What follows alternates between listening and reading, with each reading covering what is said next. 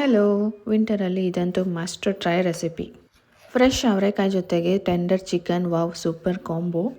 Village style ಅವರೆಕಾಯಿ chicken curry, full flavour guarantee. ಮೊದಲಿಗೆ ಮಸಾಲೆನ ರೆಡಿ ಮಾಡ್ಕೊಳ್ಳೋದಕ್ಕೆ ಈರುಳ್ಳಿ, ಬೆಳ್ಳುಳ್ಳಿ, ಶುಂಠಿ, ಹಸಿರು ಮೆಣಸಿನ್ಕಾಯಿ, ಚಕ್ಕೆ, ಲವಂಗ, ಕಾಳುಮೆಣಸನ್ನ ಚೆನ್ನಾಗಿ ಕೆಂಪಗಾಗೋವರೆಗೂ ಫ್ರೈ ಮಾಡಿಕೊಂಡು ನಂತರ ಇದಕ್ಕೆ ನೀವು ಉರಿಗಡಲೆ ಮತ್ತು ಗಸಗಸೆನ ಸೇರಿಸಿ ಒಂದು 2 ನಿಮಿಷಗಳ ಕಾಲ ಫ್ರೈ ಮಾಡಿ ನಂತರ ಇದಕ್ಕೆ ಕೊತ್ತಂಬರಿ, ಪುದೀನ ಹಾಗೆ ಕೊಬ್ಬರಿನ ಆ್ಯಡ್ ಮಾಡಿಕೊಂಡು ಒಂದು 2 ನಿಮಿಷಗಳ ಕಾಲ ತಿರುಗಿಸ್ಕೊಂಡು ಸ್ಟವ್ನ ಆಫ್ ಮಾಡಿಕೊಂಡು ಇದನ್ನು ಆರೋದಕ್ಕೆ ಬಿಡಿ.